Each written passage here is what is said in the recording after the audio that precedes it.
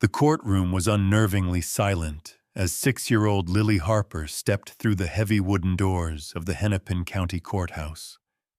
Outside, Minnesota winter pressed its gray breath against the tall windows, but inside the air felt even colder. Lily's small hand clutched the worn leather leash of a large German shepherd named Bear. Her fingers tightened, pale with effort.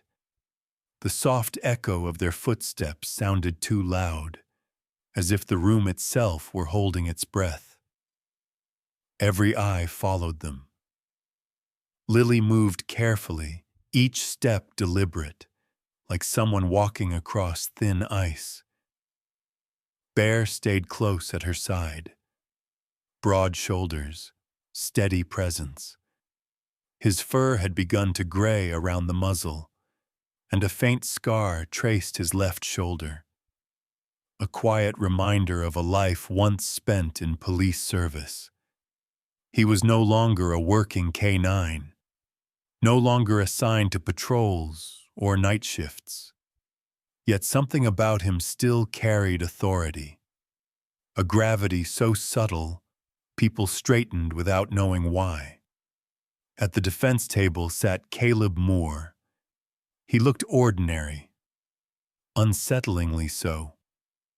Mid-30s, clean-shaven, neatly dressed. The kind of man who blended in. A co-worker, a neighbor. Someone you wouldn't remember twice. His expression didn't change when Lily entered. No surprise. No discomfort. Just patience. Flat. Almost bored. Up on the bench, Judge Eleanor Whitman leaned forward slightly. 30 years on the bench had taught her where to look. Not at the lawyers. Not at the defendant. She watched the child. Lily Harper had not spoken a single word since the incident 6 months earlier. The file called it selective mutism, trauma-induced. Clinical words that failed to describe silent screams, flinches at passing trucks, and a child who could no longer say, "I'm scared." The law demanded words, and Lily had none to give. Judge Whitman's gaze dropped to Bear. Allowing a support animal into a courtroom was never casual. Forms, objections, expert testimony, all approved, all proper. Still, she wondered whether comfort had any place in a room built on evidence. Lily reached the aisle beside the defense table. That was when Bear hesitated. Just half a step, a pause, almost nothing. But Judge Whitman saw it. Bear's ears lifted, his body stiffened. Not aggression, not warning, recognition. His eyes locked onto Caleb Moore. Lily never looked up, but her grip tightened. Her breath quickened. Fear, remembering its way home. Caleb Moore shifted, a tightened jaw, an irritation, quickly buried. To anyone else, it was nothing. Bear did not move. He stood perfectly still, muscles coiled, waiting. Judge Whitman had seen performances before. She had seen trained dogs ignore chaos. This was neither. "Proceed," she said. Lily moved toward the witness stand. Bear followed, the tension never fully leaving him. No one spoke about it. Not yet.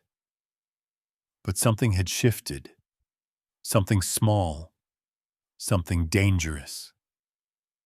And though Lily, Harper still had no voice, the silence no longer felt empty. The silence that wrapped around Lily Harper in the courtroom had not always belonged to her.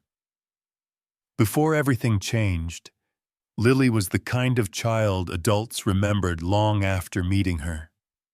She talked to strangers in grocery store lines, narrated her own drawings as she colored them, asked questions that made grown-ups laugh and sigh at the same time. Why do dogs tilt their heads? Where does the moon go in the daytime? Do houses get lonely when people leave? She grew up in a small suburb outside Minneapolis, where streets curved gently and neighbors still waved from their driveways.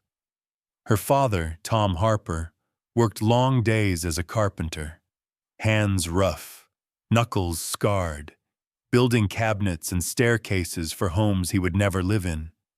Her mother, Rachel, worked the early shift at a grocery store off Highway 62, the kind of place where regulars knew your name and asked about your kids. They didn't have much, but Lily never noticed. She had sidewalk chalk, library books, and a backyard big enough to pretend it was a forest. She knelt beside the neighbor's old Labrador, whispering elaborate stories into his floppy ears, certain he understood every word. On autumn afternoons, Rachel sometimes let Lily walk beside her through the parking lot instead of riding in the cart. Lily liked stepping on the painted white lines, balancing carefully as if they were beams high above the ground. That was how it was on the day everything broke. It had been an ordinary Thursday. The sky hung low and pale. Leaves skittered across the asphalt. Rachel's phone rang as she unlocked the trunk. Her sister, calling from out of state. Urgent. About something small that felt big in the moment. Rachel turned her back for less than a minute. When she looked back, Lily was no longer on the white line. She stood a few steps away. Frozen. Her small body rigid, as if someone had pressed pause. A man crouched in front of her. Relaxed posture. Easy smile. He held something in his hand. Keys, maybe. He spoke softly, like he was sharing a secret meant only for her. There was no scream, no struggle, just Lily's eyes. Wide, glassy, locked onto something Rachel couldn't see. Rachel's shout cut through the air, sharp, panicked. "Lily!" The man straightened too quickly. His smile vanished. For a split second, fear flickered across his face. Raw, unguarded. Then he stepped back, melting into rows of parked cars as if he had never been there at all. Rachel ran, scooped Lily into her arms, her heart hammered so hard it hurt. She asked questions, over and over. "Are you okay? Did he touch you? What did he say?" Lily only clung to her, fingers digging into her jacket, breath coming in shallow, silent gasps. That night, Lily did not tell her bedtime story. She did not ask for water. She did not sing the off-key song she always made up while brushing her teeth. When Tom came home and knelt in front of her, trying to catch her eye, Lily stared past him, as if he were a stranger. The next morning, she didn't speak either. Doctors came first, then counselors, then specialists who spoke gently and wrote notes in careful handwriting. They explained it with soft words, a protective response. The brain choosing safety. But the words didn't bring Lily back. Weeks turned into months. Lily flinched at engines. She slept curled into herself. waking with tears she couldn't voice. At school, she sat perfectly still, answered nothing. The girl who once narrated the world had retreated behind a wall no one could see through. Rachel blamed herself. Tom blamed the man he couldn't find. And Lily carried something heavier than both. The memory of a moment when the world tilted and no sound came out. By the time police brought a name to the Harpers' door, Caleb Moore, Lily had already learned that silence felt safer than speaking at all. And that silence, born in a parking lot on an ordinary autumn afternoon, was about to become the most dangerous thing in the room. Silence did not arrive all at once. It crept in inch by inch until it filled every corner of the Harper household. At first, Tom and Rachel told themselves Lily just needed time. Children processed fear differently, the counselor said. Some cried, some clung, some went quiet. Lily had chosen quiet. They tried not to panic when days passed without a word. Then weeks. They learned to listen for other things. The soft scrape of her chair against the kitchen floor. The faint creak of her bedroom door at night. The way she held her breath whenever a truck rumbled past the house. Sleep became a battleground. Lily woke before dawn most nights, eyes wide, body rigid, her mouth open as if a scream were trapped inside her chest. No sound ever came. Rachel would sit on the edge of the bed, rubbing small circles on her daughter's back, whispering reassurances Lily no longer answered. Tom stood in the doorway more than once, helpless, fists clenched, feeling like a stranger in his own home. The doctors called it selective mutism, a survival instinct, they said, the mind protecting itself the only way it knew how. Lily's voice hadn't vanished. It had been locked away. But the world outside their home didn't work on instincts. It worked on statements and timelines. The police investigation moved forward without Lily. Surveillance cameras from the parking lot showed nothing useful. Witnesses remembered a man, but couldn't agree on details. When the name Caleb Moore surfaced, it felt like a lifeline. He worked warehouse logistics for a regional shipping company. He lived alone. He had been in the area that afternoon, but being nearby wasn't a crime. Caleb Moore answered questions calmly. He had receipts, a time card, a coworker who vaguely remembered seeing him later that day. His story wasn't airtight, but it was solid enough to slow everything down. Without Lily's testimony, the case hovered in gray space. Suspicion without proof. The pressure built quietly, the way it always does in small communities. Neighbors whispered support to Rachel in grocery aisles, voices dropping, as if fear might overhear. Others avoided eye contact. No one said it out loud. But the question lingered. What if it couldn't be proven? At home, Lily retreated further into herself. She stopped drawing faces. Her crayon pictures became shapes, lines, heavy, dark strokes, pressed so hard they tore the paper. At school, she was marked present, but absent in every way that mattered.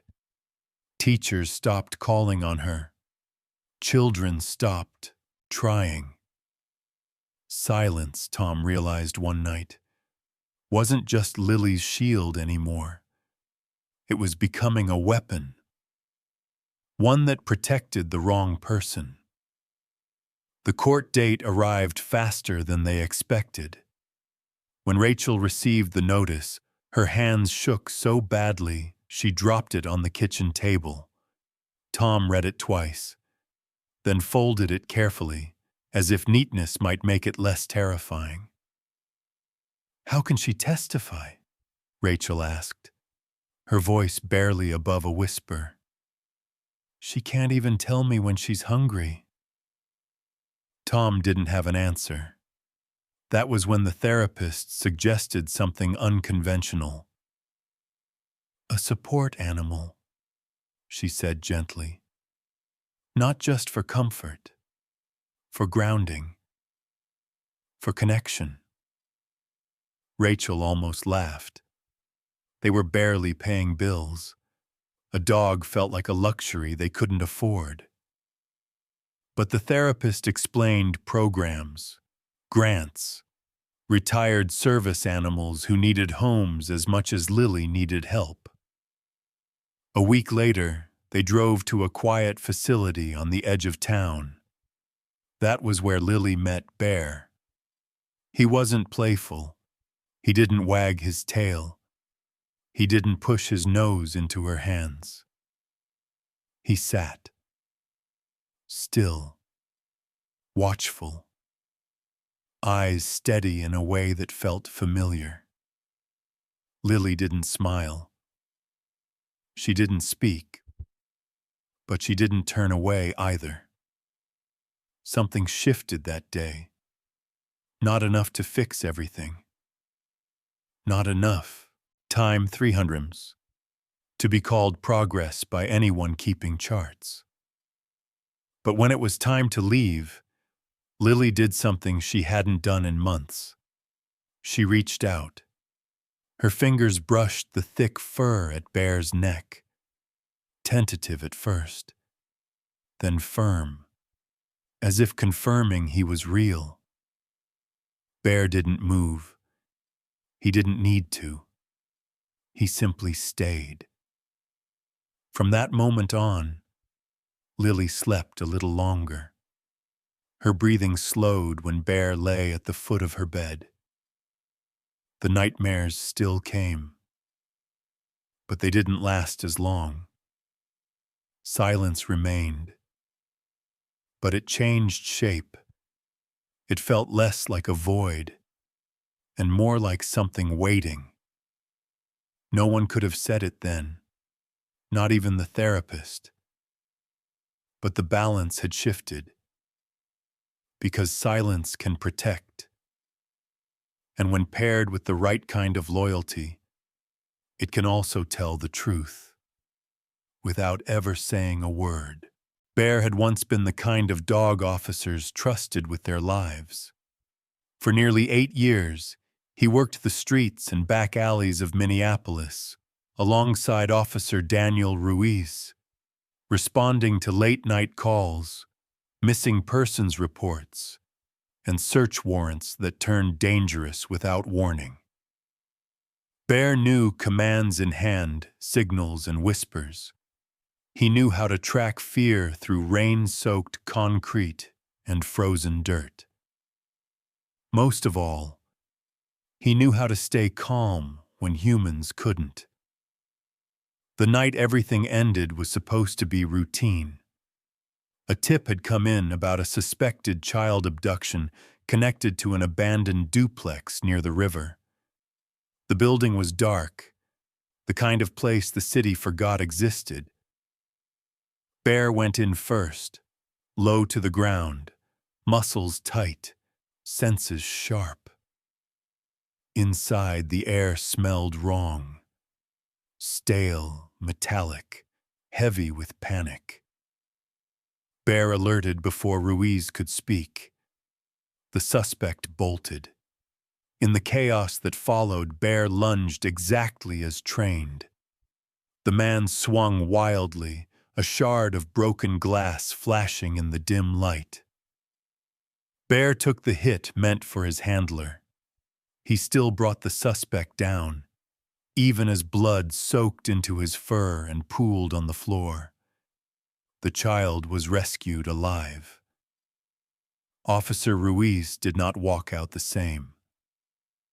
After months of rehab, Bear healed physically, but something in him had changed. He startled more easily. His reactions sharpened instead of smoothing out. Trainers used words like overstimulated and hypervigilant. The department, facing budget cuts and liability concerns, made a quiet decision. Bear was retired. No ceremony, no crowd, just paperwork. The kennel felt smaller after that. Bear paced more than he rested. When volunteers passed by, he watched them leave with other dogs, ears flicking at every sound. He wasn't aggressive. He wasn't broken. He simply carried memories no one wanted to deal with. That was when Marianne Collins, a volunteer with a trauma support nonprofit, noticed him. "He's not unstable," she argued during a meeting no one expected her to win. "He's aware. There's a difference." Her program worked with children who had survived violence, kids who couldn't sit still, kids who couldn't speak, kids who shut down when adults asked too many questions. Most therapy dogs were chosen for softness, for gentleness. Bear was different. He didn't fawn. He didn't demand affection. He listened. When Lily Harper arrived at the center, Bear was lying near the wall, head resting on his paws. He lifted his gaze the moment she stepped inside. Not curious, not excited, just present. Lily didn't reach for him. She didn't hide behind her parents either. She stood very still, her eyes meeting his for one long second. Something passed between them, an understanding neither could explain. Marianne held her breath. Children usually tested boundaries, she had learned. They poked, pulled, asked. Lily did none of that. She lowered herself to the floor across from Bear, mirroring his posture without being told. Two beings at the same level, both used to watching the world carefully. Bear did not move. Minutes passed. Rachel shifted nervously. Tom started to speak, then stopped himself. Silence filled the rooms. Not the brittle kind Lily carried everywhere, but a quieter, steadier version. When Lily finally leaned forward, it wasn't sudden. It was deliberate. Her fingers brushed the thick leather collar around Bear's neck. Just once. Then she pulled back. Bear exhaled. That small sound, barely audible, felt like permission. From that day on, Bear was assigned to Lily. No promises were made. No timelines given. This wasn't a cure. It was a partnership. At home, Bear chose his spot carefully, always where he could see the door. Lily began sleeping with her door open again. She didn't speak, but she started leaving her room. She sat beside Bear while he ate. She followed him into the yard, staying close enough to touch his fur whenever the wind rattled the fence. One evening, when a delivery truck backfired down the street, Lily froze. Her hands shook. Before Rachel could reach her, Lily pressed 2 fingers into Bear's collar. Not hard. Just enough. Bear stepped forward, positioning his body, time 300 miles between Lily and the street. His presence was solid, immovable. Lily's breathing slowed. No one had taught her that gesture. No therapist suggested it. It simply became theirs. A signal without sound. By the time the court approved Bear's presence as a support animal, most people involved saw it as a formality, another accommodation for a fragile child. No one imagined the dog they had quietly written off would still carry something vital inside him. No one, except perhaps Lily. And Bear. Do you believe animals can sense truth better than humans? 1. Yes. 2. Sometimes. 3. No, it's instinct only. The first real session between Lily and Bear took place on a quiet Tuesday afternoon, when the therapy center smelled faintly of disinfectant and old wood. Snow tapped softly against the windows, and somewhere down the hall a clock marked time with a patient, unhurried rhythm. Marianne Collins kept her voice low as she guided Lily into the room, careful not to rush her. This was not an appointment that could be scheduled into neat blocks. It was something you waited for. Bear was already there. He lay near the wall, broad chest rising and falling in a slow, even cadence. His leash rested loosely on the floor, untouched. When Lily entered, he did not lift his head right away. He let her presence settle first, as if testing the air. Only then did his eyes move to her, steady, calm, and unmistakably aware. Lily stopped just inside the doorway. Her boots left small, wet prints on the floor. She did not look at her parents. She did not look at Marianne. She looked at Bear. There was no command given, no encouragement whispered. Marianne had learned the hard way that pushing children like Lily only reinforced the walls they built. She took a step back instead, hands folded, letting the moment breathe. Lily lowered herself to the floor. Not close, not far, just within Bear's line of sight. She tucked her legs beneath her, her hands resting in her lap, fingers flexing slightly as if unsure what to do next. Bear mirrored her stillness. He did not wag his tail. He did not inch forward. He simply stayed. Minutes passed. Rachel's instincts screamed to fill the silence, to say something kind, something hopeful. Tom shifted his weight, jaw tight, watching his daughter from across the room. He had built houses from the ground up, learned how to measure twice and cut once, but nothing in his life had prepared him for waiting like this. Lily tilted her head. It was a small movement, but Bear noticed. His ears lifted just enough to acknowledge it. Not alert, not defensive, just attentive. Lily's breathing slowed.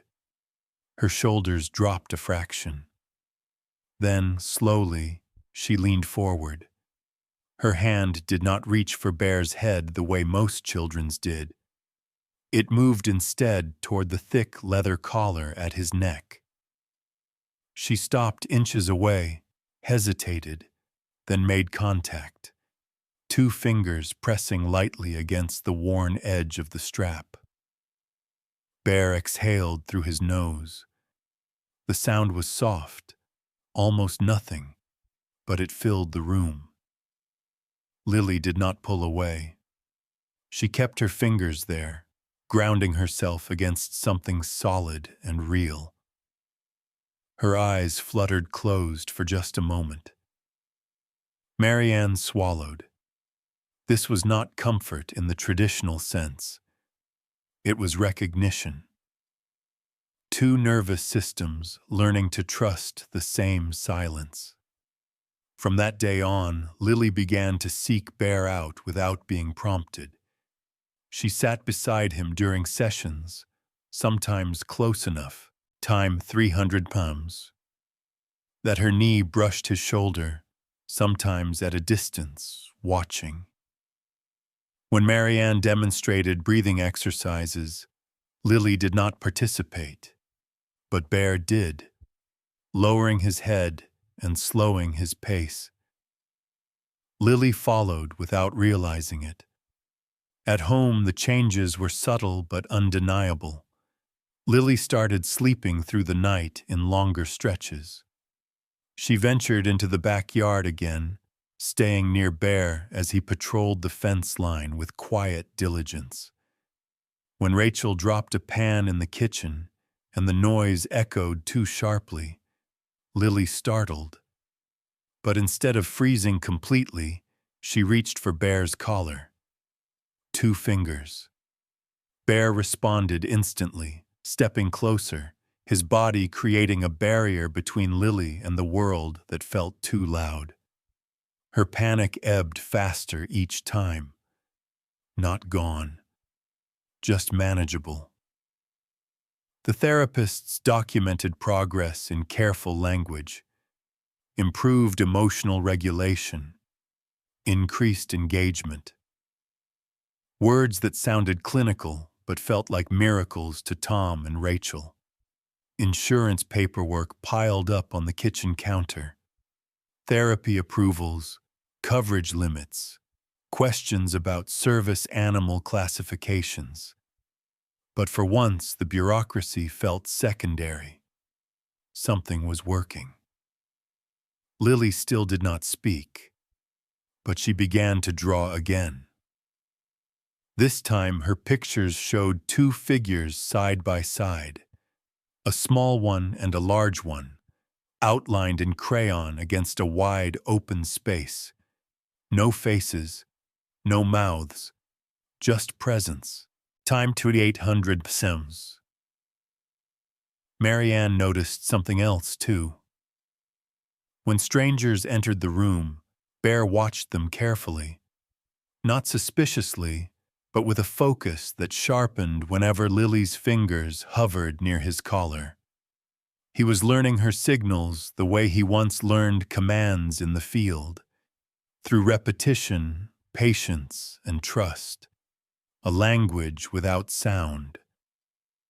By the time the court date approached, Lily no longer clung to her parents' clothes in public. She stayed close to Bear instead.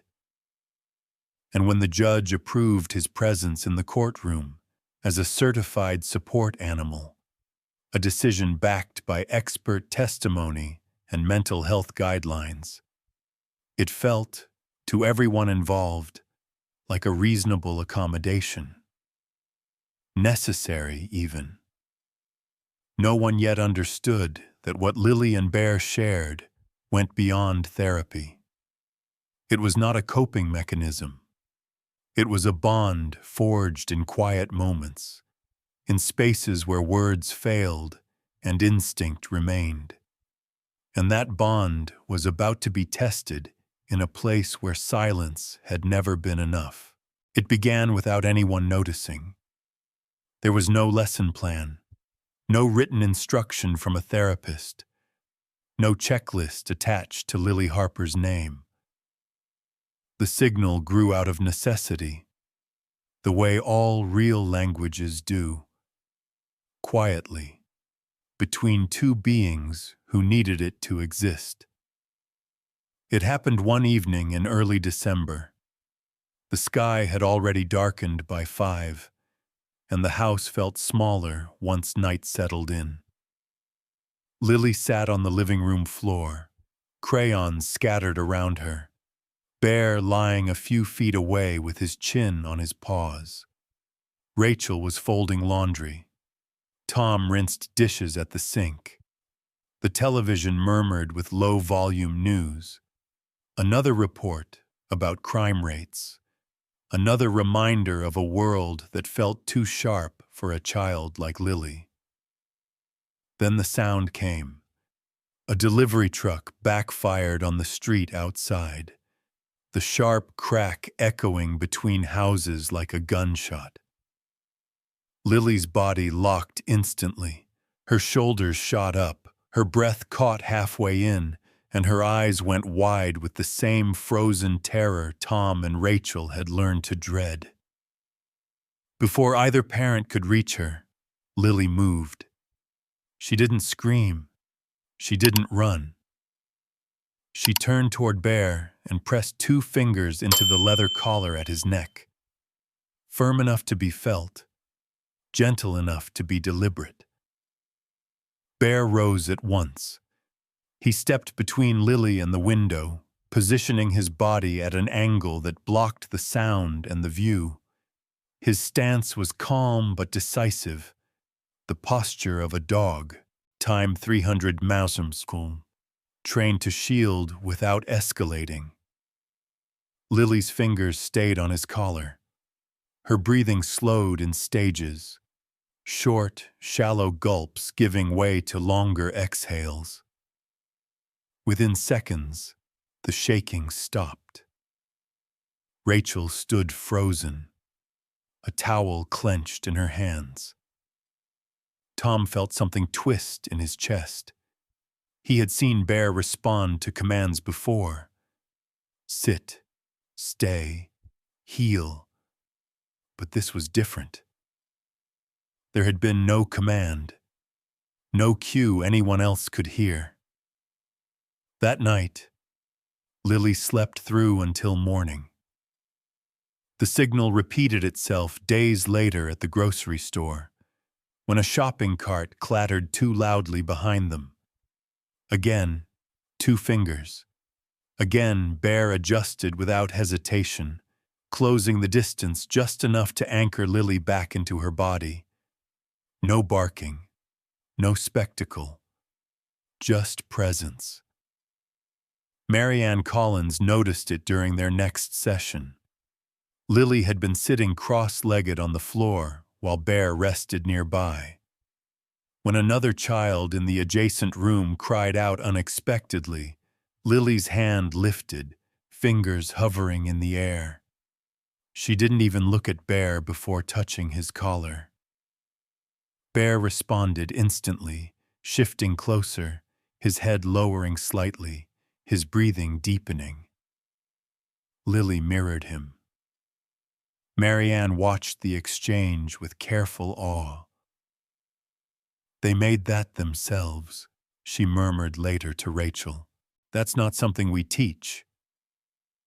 Therapists documented the behavior using professional language, nonverbal grounding cue, adaptive coping response. But the truth was simpler. Lily had found a way to ask for help without speaking, and Bear had remembered how to listen. As the court date drew closer, the signal became their constant. Lily used it when anxiety crept up in the car, in waiting rooms, in unfamiliar hallways that smelled like disinfectant and old paper. Bear never missed it. He was learning Lily's fear patterns the way he once learned suspects' movements. A quickening pulse, a tightening grip, a pause that meant now. It was not obedience. It was collaboration. The attorneys noticed changes, too. The prosecutor assigned to the case, Helen Ward, met Lily only briefly during a preparation session. Lily did not respond to questions. She did not nod or shake her head. But she stayed in the room. She stayed present. That alone felt like progress in a case hanging by threads. "The dog helps," Ward said quietly afterward. "More than I expected." The defense, on the other hand, objected immediately. They argued that Bear's presence could bias a jury, that a large German shepherd carried emotional weight, that sympathy could blur judgment. Motions were filed. Expert witnesses, time 300 were consulted. The judge reviewed case law related to disability accommodations, trauma-informed practices, and courtroom procedure. Through it all, Lily remained silent. But her signal never failed. On the morning of the trial, as Rachel helped Lily into her coat, Lily paused at the door. Snow dusted the steps outside. The world waited, sharp and loud and unfamiliar. Lily reached out, 2 fingers against Bear's collar. Bear leaned into her touch, steady and unshaken. Lily squared her shoulders and stepped forward. Whatever happened next, she would not face it alone. And in a courtroom built on words, a silent signal was about to carry more weight than anyone expected. The snow had stopped falling by the time they reached the courthouse, but the cold lingered in the air like a warning. Lily Harper sat quietly in the back seat, her boots dangling just above the floor mat. Bear pressed close beside her. The city felt different this morning, quieter, heavier. Every sound sharpened by anticipation. Rachel glanced back more than once, searching her daughter's face for signs of panic.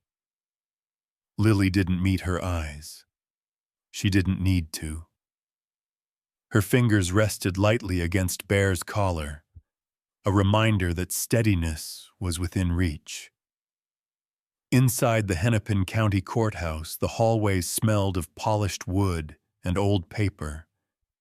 Voices echoed, shoes clicked, and doors opened and closed with bureaucratic finality. Lily walked slowly, Bear matching her pace. A court officer nodded once as they passed. Others stared longer than necessary, their curiosity tinged with something else. Doubt, perhaps, or unease at the sight of a child so small carrying the weight of a felony case. In the courtroom, attorneys arranged files and whispered strategy. Helen Ward, the prosecutor, stood near the bench reviewing notes, her expression composed but tight. Years in criminal law had taught her to temper hope with realism. Without testimony, cases like this often slipped through the cracks.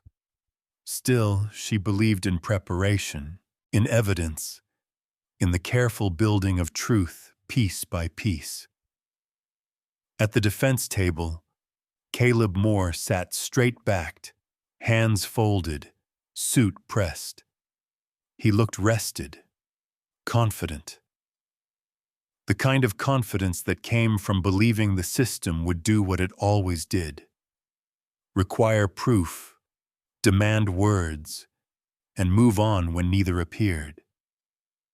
His attorney leaned in, murmuring reassurances about procedure, about reasonable doubt. Moore nodded, eyes forward. Judge Eleanor Whitman entered promptly at 9. The bailiff's voice cut through the room. All rise, and the ritual unfolded as it always did. When everyone was seated again, the judge scanned the room with practiced calm. Her gaze paused on Lily and Bear for just a moment longer than protocol required. "Counsel," Judge Whitman said evenly, "we'll begin with preliminary matters." The defense renewed its objection to the presence of the dog. They spoke of impartiality, of undue influence, of emotional manipulation. Their words were polished, rehearsed. Helen Ward responded just as firmly, citing medical documentation, trauma-informed legal standards, and federal disability accommodation guidelines. The exchange was technical, precise, language designed to reassure a system built on rules. Judge Whitman listened without interruption. "Motion denied," she said at last. "The support animal, time 300 pounds, will remain." A faint ripple moved through the gallery. Lily did not react. She sat still, Bear's leash looped loosely around her wrist. The trial began. Opening statements painted two starkly different pictures. The prosecution spoke of a child frozen by fear, of a man who approached when he believed no one was watching. The defense spoke of assumptions, of unreliable memory, of the danger of convicting without concrete evidence. As words filled the room, Lily's gaze drifted to the floor. She did not cover her ears. She did not flinch. Bear stayed alert, head level, body angled slightly toward her. When witnesses were called, Lily remained seated beside her parents. A store employee testified about seeing a man in the parking lot. A neighbor spoke of a child crying without sound. Each account added weight but stopped short of certainty. The defense dismantled details with methodical calm. Then Helen Ward stood. "Your Honor," she said gently, "the prosecution calls Lily Harper." The room shifted. Rachel's breath caught. Tom's jaw tightened. Lily stood slowly, Bear rising with her. Together, they walked to the witness stand. The steps felt longer now, the distance heavier. Lily climbed into the chair, feet dangling, hands folded tightly in her lap. Bear lay down, at her side, close enough to touch. Helen Ward approached with care, lowering herself slightly to Lily's level. "Lily," she said softly, "I know this is hard. You don't have to speak. You can take your time." Lily did not look up. "Can you tell us," Ward continued, "if you recognize the man who spoke to you that day?" Silence stretched. Seconds passed. Then more. Lily's breathing grew shallow. Her shoulders crept upward. The courtroom held still, as if everyone feared the smallest movement might shatter what little composure remained. Across the room, Caleb Moore watched with polite detachment, a faint crease forming between his brows.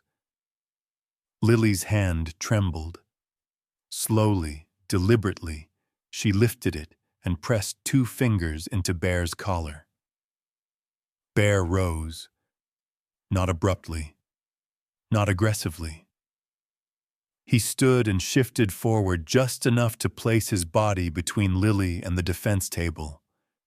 His eyes locked onto Caleb Moore, unblinking, focused with an intensity that felt out of place in a room governed by procedure. A murmur rippled through the gallery. Judge Whitman leaned forward. Helen Ward fell silent. For the first time since the trial began, the careful balance of the courtroom wavered. Something unscripted had entered the Kimon room, something no brief or statute had prepared them for, and everyone felt it. The room did not erupt. It didn't need to.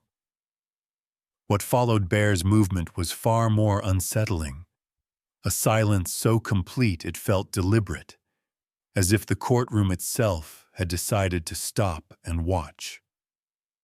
Bear stood between Lily and the defense table, his posture firm but controlled, head level, tail still.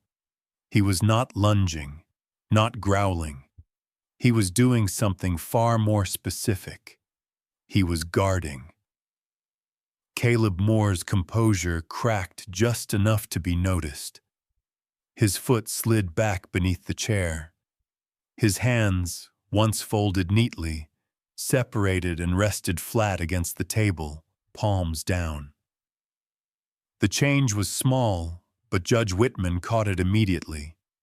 Years of reading people had trained her to notice micro-shifts, the way guilt rarely announced itself loudly, preferring subtlety. "Counsel," she said calmly, without raising her voice. Helen Ward didn't respond at first. She was watching Bear, her legal instincts momentarily overridden by something more primal. This was not trained behavior. Therapy dogs were conditioned to ignore stimuli, to remain neutral. What Bear was doing now came from a different place entirely. The defense attorney rose abruptly. "Your Honor, I object. This is highly prejudicial. The dog's behavior is influencing—" "Sit down," Judge Whitman said, sharper this time. The attorney froze, then complied. Bear took one slow step forward and stopped. His gaze never left Caleb Moore. The air felt tight, compressed. Someone in the gallery shifted in their seat. Another held their breath without realizing it. Lily remained silent, but her fingers were still pressed against Bear's collar. Judge Whitman leaned forward, elbows resting lightly on the bench. "Ms. Ward," she said, "has this animal exhibited behavior like this before in your presence?" Ward cleared her throat. "No, Your Honor, never in court, not during preparation either."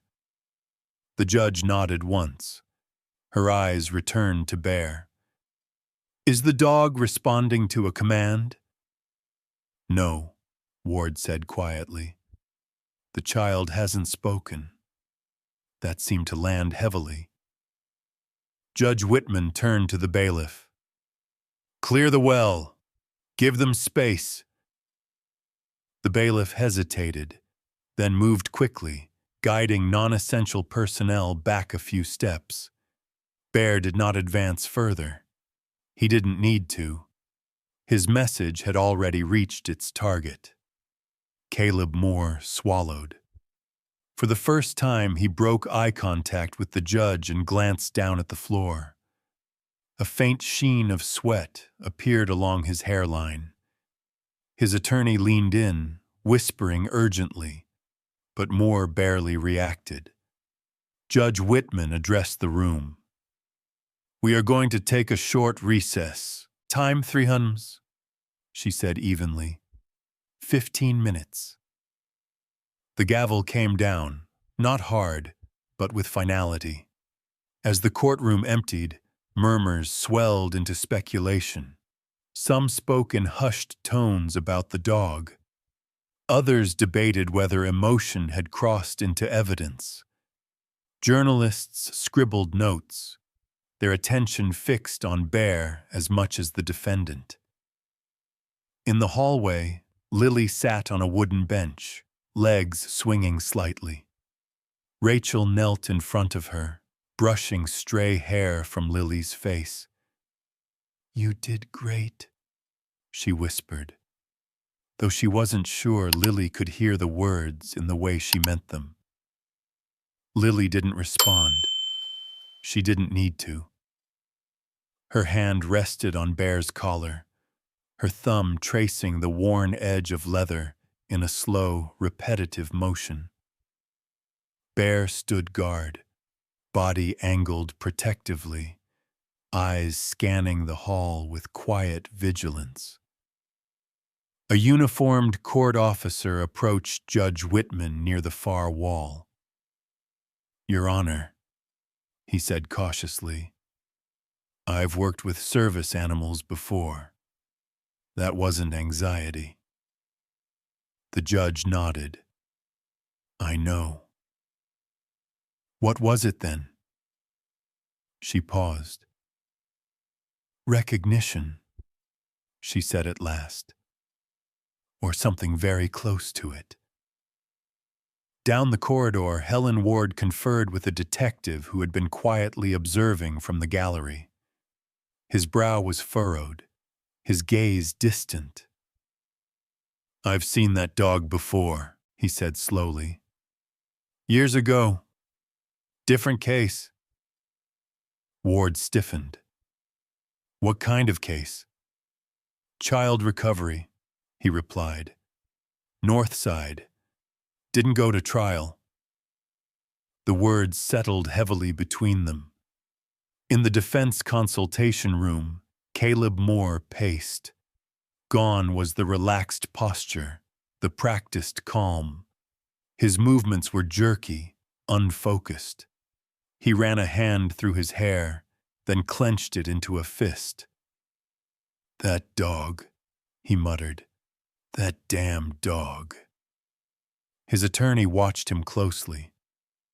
Have you encountered that animal before? Moore stopped pacing.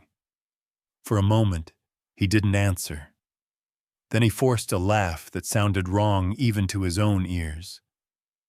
Dogs react to stress, he said. That's all. But his eyes betrayed him. Back in the hallway, Lily leaned her head against Bear's shoulder. Her breathing was steady now. The worst part had passed. For the moment. She had done what she could in the only language she had left. Judge Whitman returned to the bench as the 15 minutes ended. She straightened her robe, her expression composed, but her mind was anything but settled. The law was clear about many things. This was not one of them. Still, she knew this much. Something real had happened in her courtroom. And it could not. Time 300 missed be ignored. When the courtroom reconvened, the air felt different. Thicker, heavier, as if something unseen had taken a seat among them. People returned to their places more quietly now. Conversations stopped sooner. Even the shuffle of papers seemed subdued, careful not to disturb whatever fragile balance remained. Judge Eleanor Whitman took her seat without ceremony. She did not look at the attorneys right away. Her eyes moved first to the witness stand, to the small figure seated there, and then to the German shepherd lying at her feet. Bear's head was up, his body still, his presence unmistakably alert. Lily's hand rested loosely near his collar, not gripping it now, but close enough to remind herself that he was there. The judge had presided over hundreds of trials. She had learned early in her career that justice was rarely dramatic. It lived in details, in patience, in restraint. The gavel was a tool, useful, symbolic, but it was not the heart of her authority. Listening was. Before we proceed, Judge Whitman said, her voice even, the court has a few questions. The defense attorney stiffened. Your Honor, I will decide when objections are appropriate, she replied calmly. Sit. Time 3,000 pounds. The attorney complied, lips pressed thin. Judge Whitman turned to Helen Ward.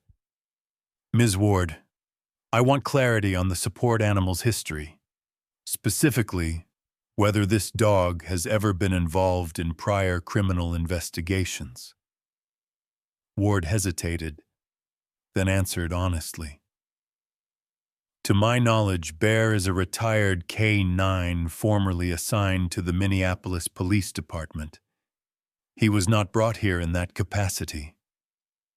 That was not my question, the judge said gently. Was he ever involved in a child-related case? A pause stretched between them. I was not aware of one, Ward admitted. But I can request records. Judge Whitman nodded. Her gaze shifted to the defense table. Mr. Moore. Caleb Moore looked up slowly. Have you ever encountered this dog before today? She asked. The question landed with quiet precision. Moore's mouth opened, then closed again. His eyes flicked briefly to Bear, then away. No, he said. I don't think so. I didn't ask what you think, the judge replied. I asked what you know. A muscle twitched in Moore's jaw. No, Your Honor. Bear did not move, but the stillness around him sharpened. Judge Whitman folded her hands. The court recognizes that animals are not witnesses in the legal sense. However, the court also recognizes behavioral anomalies when they present themselves. She paused, allowing her words to settle. This trial will recess for the remainder of the day. A ripple of surprise spread through the room. Your Honor, the defense attorney protested, rising again. This is not a delay, Judge Whitman said firmly. It is due diligence. She struck the gavel once, not hard, but decisively. Outside the courtroom, the hallway buzzed with speculation. Reporters murmured into phones. Legal aides exchanged looks that said more than words. Helen Ward stood near a window, dialing contacts she hadn't expected to need. A veteran detective named Frank Delaney joined her, lowering his voice. I wasn't imagining it, he said. That dog's reaction. Ward exhaled slowly. You said you'd seen him before. Delaney nodded. Years ago, cold case unit. A little girl went missing near the river. We found her alive in an abandoned property 2 days later. Ward's pulse quickened. And the suspect? Never charged, Delaney said. Lack of evidence. Guy moved states not long after. Ward didn't need to ask the name. She already suspected it. At the other end of the hall, Lily sat quietly beside Bear. She leaned against the wall, her head resting on his shoulder, her eyes half closed. Rachel watched her, torn between relief and fear. Did we do the wrong thing? She whispered to Tom. Tom shook his head. We did what we could. Lily shifted slightly, her fingers brushing Bear's collar again. Not in fear this time, but in reassurance. Bear's tail moved once, slow and deliberate. In a small conference room nearby, Caleb Moore sat rigidly, hands clenched in his lap.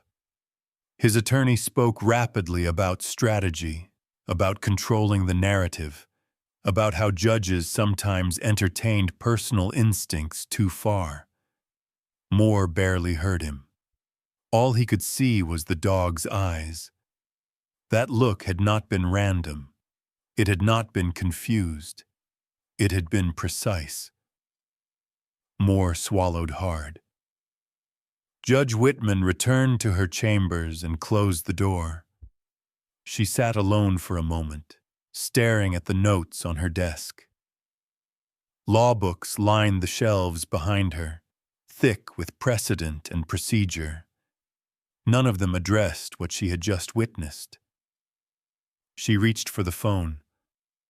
"Pull everything you can," she said to the clerk on the other end. "On the dog. On any prior cases. I want timelines, locations, names." She hung up and leaned back in her chair. Justice. Time 300 Mamstas, she knew, was not just about what could be proven. It was also about knowing when to stop pretending nothing had happened. And today, something had. By the next morning, the courthouse felt less like a place of order and more like a pressure chamber. Caleb Moore arrived early, earlier than he ever had before. He sat alone at the defense table while his attorney spoke quietly with a clerk near the aisle. Moore's foot tapped an uneven rhythm against the floor, stopping only when he noticed it. He folded his hands again, forcing stillness, forcing calm. On the surface, he looked composed. Beneath it, something had begun to fracture. He hadn't slept. Every time he closed his eyes, he saw the dog. Not Bear as he looked now, older, slower, but Bear as he had been years ago, charging down a narrow hallway that smelled of rot and fear. Moore rubbed his palms together, trying to wipe the memory away. He told himself it was coincidence. Dogs reacted to stress. Everyone knew that. He had said it himself. Still, when the courtroom doors opened and Lily Harper entered with Bear at her side, Moore's throat tightened. This time, Bear did not hesitate. The German shepherd walked past the defense table without breaking stride, but his head turned slightly as they passed. Just enough. Moore felt it like a spotlight snapping on. His shoulders stiffened. His attorney leaned in. "Relax," she whispered. "Don't give them anything." Judge Whitman took the bench, her expression unreadable. She moved briskly through procedural matters, then addressed the court. "Before testimony resumes," she said, "the prosecution has requested permission to introduce supplemental context regarding a prior investigation." The defense attorney stood immediately. "Your Honor, this is highly irregular." "Sit," Judge Whitman said again, without raising her voice. "You'll have your opportunity." Helen Ward rose, a folder tucked under her arm. "Your Honor, overnight we identified a case from 12 years ago involving a retired K-9 named Bear. The case involved the recovery of a missing child from an abandoned property less than 10 miles from the defendant's former residence at the time." A murmur rippled through the gallery. Moore's attorney turned sharply toward him. Moore kept his eyes forward, jaw clenched so tightly it ached. Ward continued. "The suspect in that case was questioned but never charged. Shortly afterward, he relocated out of state." Judge Whitman's gaze settled on Moore. "Mr. Moore," she said evenly, "were you living in Minneapolis 12 years ago?" Moore swallowed. "Yes." "Were you questioned in connection with a missing child investigation during that period?" "No," he said quickly. Too quickly. Bear shifted, not toward Moore this time, but closer to Lily, his body angling just slightly. Lily's fingers brushed his collar, a familiar, grounding motion. The courtroom watched the exchange as if it were a language unfolding in real time. Helen Ward took a step forward. "Your Honor, we are not presenting this as evidence of guilt. only as context for the court to consider when evaluating what occurred yesterday. Judge Whitman nodded. Understood. She turned back to Moore. Mr. Moore, have you ever been inside an abandoned duplex near the River District? Moore's attorney stood again. Objection. Relevance. Overruled, Judge Whitman said. Answer the question. Moore's mouth opened, closed. He ran his tongue over dry lips. I don't recall. The words hung there, thin and fragile. Bear's ears lifted. It was the smallest change, but Lily felt it. Her breathing quickened. She pressed 2 fingers more firmly into the collar. Bear remained steady, but his focus sharpened, eyes fixed on Moore with an intensity that felt almost surgical. Judge Whitman leaned forward. The court will take notice of the defendant's responses, she said, calmly, and of the circumstances surrounding them. Moore's mask began to slip. His confidence had relied on one thing: silence. Lily's silence. The absence of testimony. The system's dependence on spoken truth. But now the silence was doing something else. It was pressing in on him, closing gaps he hadn't realized existed. When the judge called for another brief recess, Moore stood too quickly, his chair scraping loudly against the floor. The sound echoed, jarring. He froze, aware of every eye on him. In the hallway, Moore paced, his attorney trailing behind him, whispering about strategy, about staying controlled. Moore barely heard her. His thoughts spiraled, leaping from courtroom to river to locked doors and a dog that never forgot. Across the hall, Helen Ward spoke quietly with Detective Delaney, who nodded grimly. If the judge authorizes it, he said, we can reopen the site. Technology's better now. So are databases. Ward's pulse quickened. Then let's not waste time. Lily sat on a bench nearby, her legs swinging gently. She looked tired, but calmer than she had been in months. She leaned into Bear's side, her cheek resting against his fur. For the first time since the trial began, she was not afraid of the room. Judge Whitman watched her from a distance. The law moved slowly, she knew, but cracks had formed. And once a mask cracked, it rarely held for long. The authorization came quietly, without ceremony. Judge Eleanor Whitman signed the order late that afternoon, her pen moving with steady resolve. It was not a declaration of guilt, not a dramatic reversal, just permission to look again. To reopen a place the system had once deemed empty. In her mind, this was not about the dog or even the child. It was about whether justice had stopped too soon the first time. By nightfall, a small team was on the road north of the city. Detective Frank Delaney drove the lead vehicle, headlights cutting through the darkness as snow began to fall again, thin and persistent.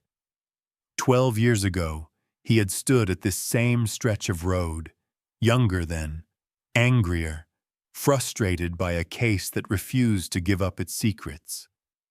The abandoned property had been searched, logged, and dismissed. No evidence, no charges. The file had gone cold. Technology had changed since then. So had Delaney. Behind him, another vehicle carried forensic specialists and equipment. Ground-penetrating radar, updated DNA collection kits. tools funded through grants and modern criminal investigation budgets that hadn't existed the first time.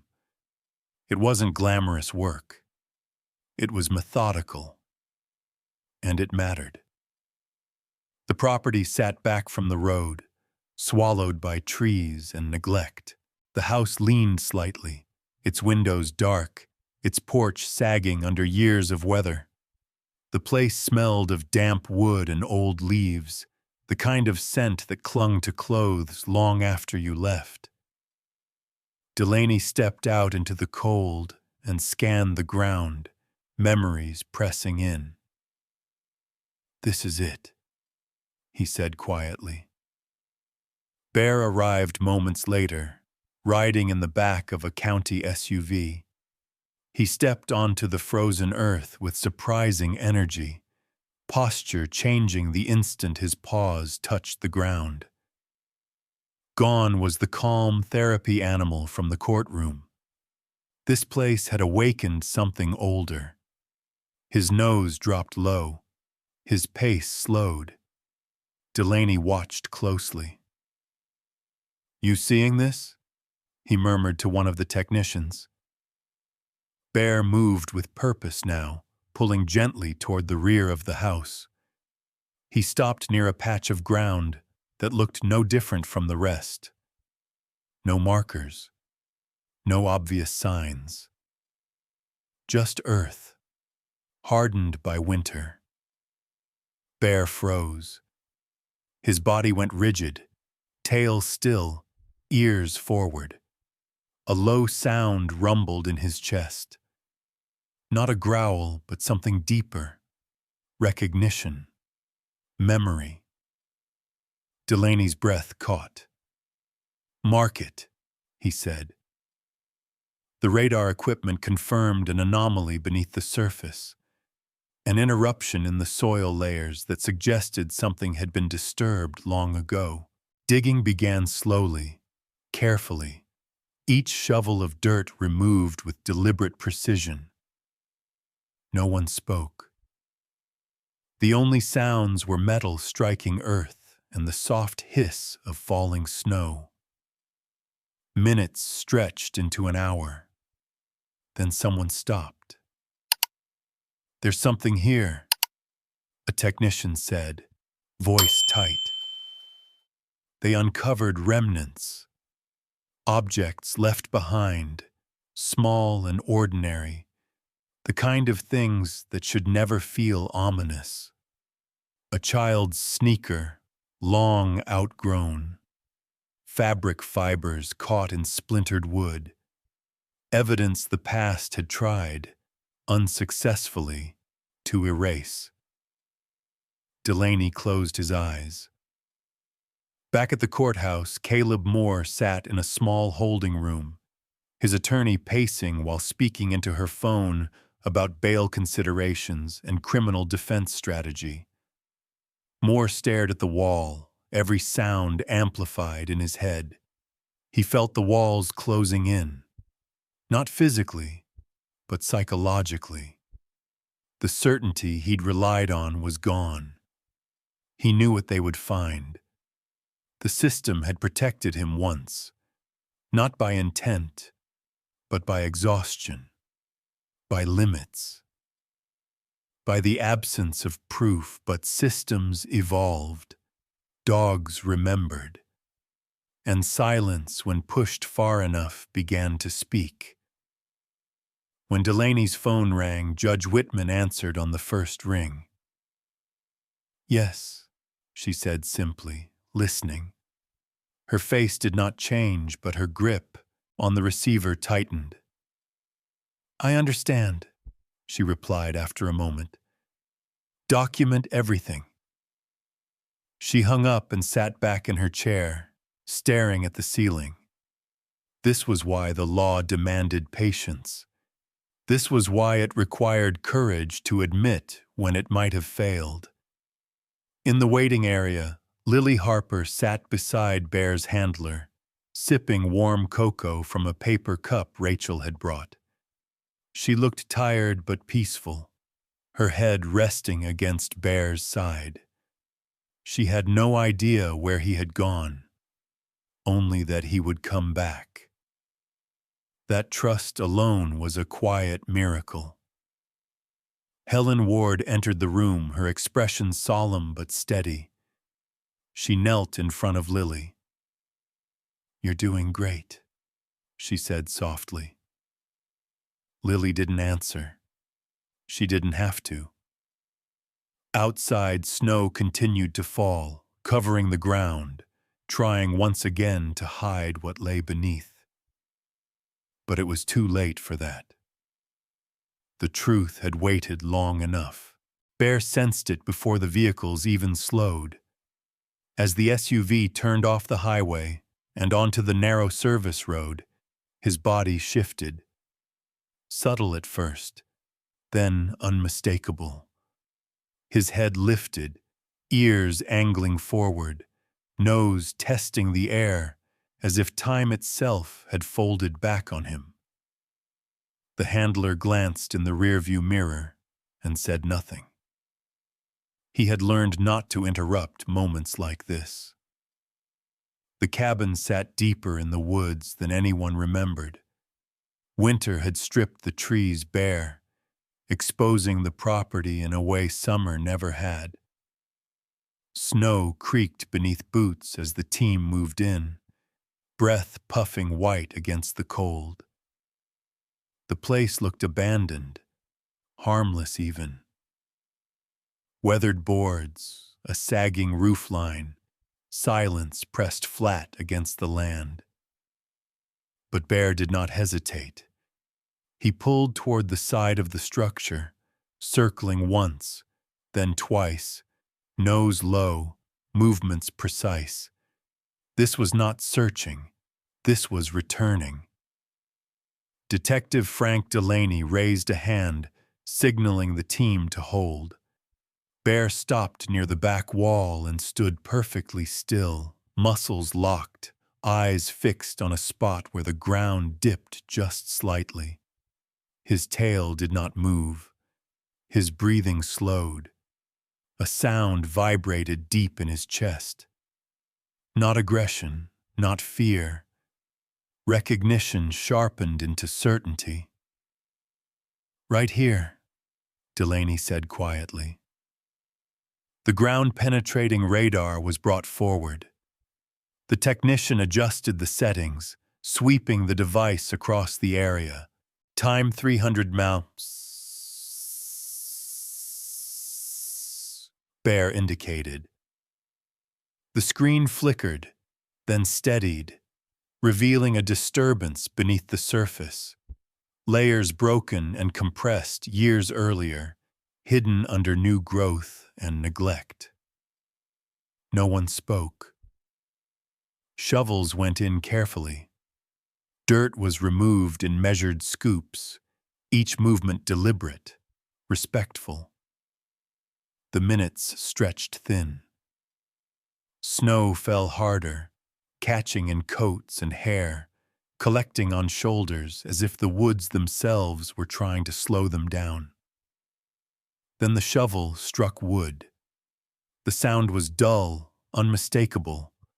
They cleared more soil, revealing a rough hatch, warped and weathered. It had been sealed long ago, then forgotten. A crowbar pried it loose with a groan that echoed through the trees. Cold air rushed up from below, carrying a smell that tightened Delaney's chest. Bear stepped forward and stopped at the opening. He did not bark. He did not descend. He lowered his head and waited, eyes never leaving the darkness below. Flashlights cut through the gloom, revealing a narrow staircase descending into a space that should not have existed. The basement was small, crude, and hidden. Walls reinforced, door frames scratched and worn. Inside they found what time had spared and what it hadn't. Children's items tucked into corners, old clothing folded with an unsettling care, chains bolted where no chains should ever be. The room told a story no witness ever had. Forensic specialists moved in, documenting everything.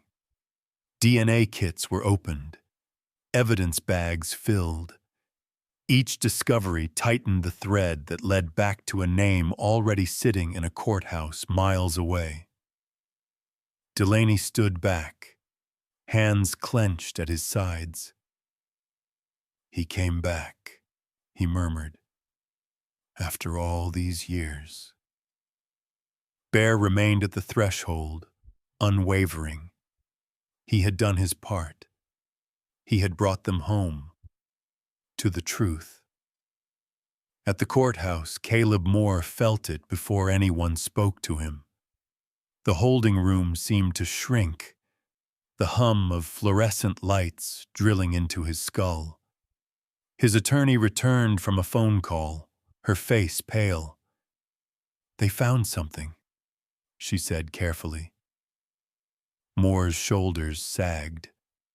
For a moment, the mask slipped entirely. His eyes closed, and when he opened them again, the certainty was gone.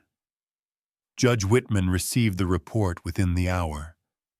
She read it once, then again, each line measured. This was no longer a question of instinct or anomaly. This was evidence, solid, undeniable, and devastating. She ordered the court reconvened. When Lily entered the building later that afternoon, she moved more slowly than before, fatigue weighing on her small frame. Bear walked beside her again, his presence steady, familiar. He had been cleaned, checked by a veterinarian, and praised quietly by officers who understood exactly what he had done. In the courtroom, Helen Ward stood and addressed the bench. Her voice was firm, controlled, but emotion threaded through it. "Your Honor," she said, "the prosecution moves to introduce newly discovered evidence recovered from a property connected to the defendant." The gallery went still. Caleb Moore stared at the table, jaw clenched, hands trembling despite his effort to steady them. He did not look at Lily. He did not look at Bear. Judge Whitman nodded. "The motion is granted." Lily did not understand the legal language. She did not need to. She felt the shift in the room, the tension breaking, the air loosening its grip. Her fingers brushed Bear's collar, not in fear now, but in gratitude. Bear leaned into her touch. He remembered because he had never been allowed to forget, and because he remembered the truth. Buried, denied, ignored, had finally found its way back into the light. The courtroom filled more slowly this time, as if everyone sensed they were walking into a moment that could not be undone. Caleb Moore sat at the defense table, shoulders slumped. The confident posture he once carried now replaced by something brittle and exposed.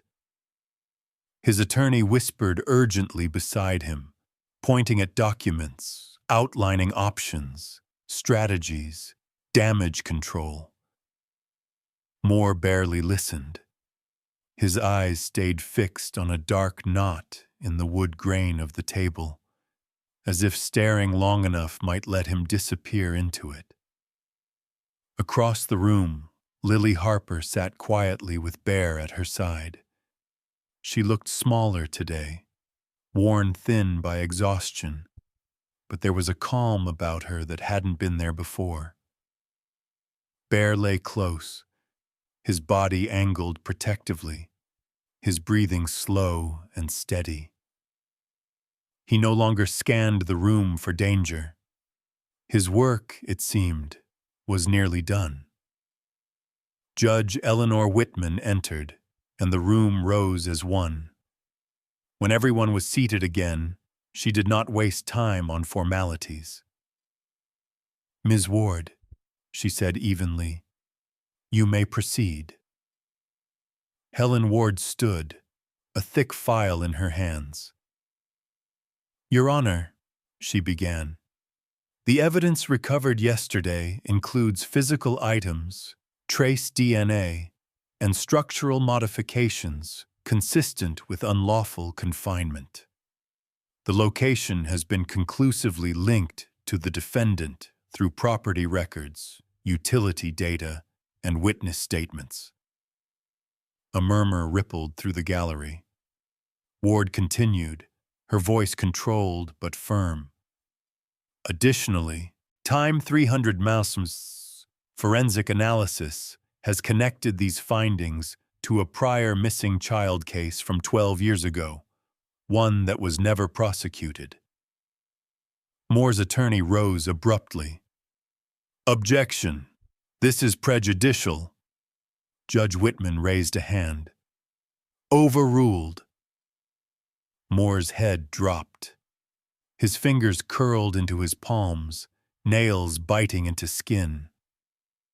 Ward turned slightly, her gaze settling on the defense table. "Mr. Moore," she said, "you've maintained that you've never been inside the property in question. Is that correct?" Moore didn't answer. The silence stretched, thick and suffocating. Every second felt like pressure on a fracture line already spreading. "Mr. Moore," Judge Whitman said quietly, "you are required to respond." Moore swallowed. His attorney leaned toward him, whispering urgently. Moore shook his head once, barely perceptible, and then exhaled. "No," he said hoarsely, "that's not correct." The words landed like a dropped glass. Helen Ward did not move. She let the moment breathe. "So you have been there?" "Yes," Moore whispered, "a long time ago." The gallery erupted in gasps, quickly silenced by the bailiff. Judge Whitman remained still, her expression unreadable, but her eyes sharpened. "Why didn't you say so earlier?" she asked. Moore laughed weakly, the sound brittle and hollow. "Because no one could prove it," he said. "Because it didn't matter anymore." Bear lifted his head, not sharply, not suddenly, just enough to fix his gaze on Moore again. The same steady, unblinking focus. The same recognition that had started all of this. Moore saw it. His composure collapsed completely. His shoulders sagged, and when he spoke again, the words came faster, tumbling over each other. "I didn't plan for it to go that far," he said. "I told myself it was just control. Just for a while, I never thought—" His attorney stood frozen beside him, unable to interrupt what had become a confession unraveling in real time. Judge Whitman leaned forward. "Mr. Moore," she said firmly, "you will stop speaking until you've consulted with counsel." Moore shook his head. "What's the point?" he muttered. The dog remembered. He always remembers. The courtroom went still. Lily's fingers brushed Bear's collar, a familiar motion, not out of fear but reassurance. Bear leaned into her touch, calm and unmoving. He did not need to react anymore. The truth had found its voice at last. Judge Whitman called for a brief recess, this time not to pause uncertainty, but to formalize what had already shifted beyond repair. Outside the courtroom, reporters crowded the hallway, voices overlapping, questions spilling out in every direction. Helen Ward stood apart from the chaos, her hands trembling slightly as the weight of it all settled in. Years of work had led to this moment, not through a perfect witness, not through a flawless system, but through patience, instinct, and a bond no one had anticipated. Lily sat quietly on a bench, her head resting against Bear's side. She looked tired, but lighter, as if something heavy had finally been set down. Rachel knelt beside her, tears slipping freely now. "You were so brave," she whispered. Lily didn't respond with words. She didn't need to, because the silence that once trapped her had finally turned the key, and the door it opened could never be closed again.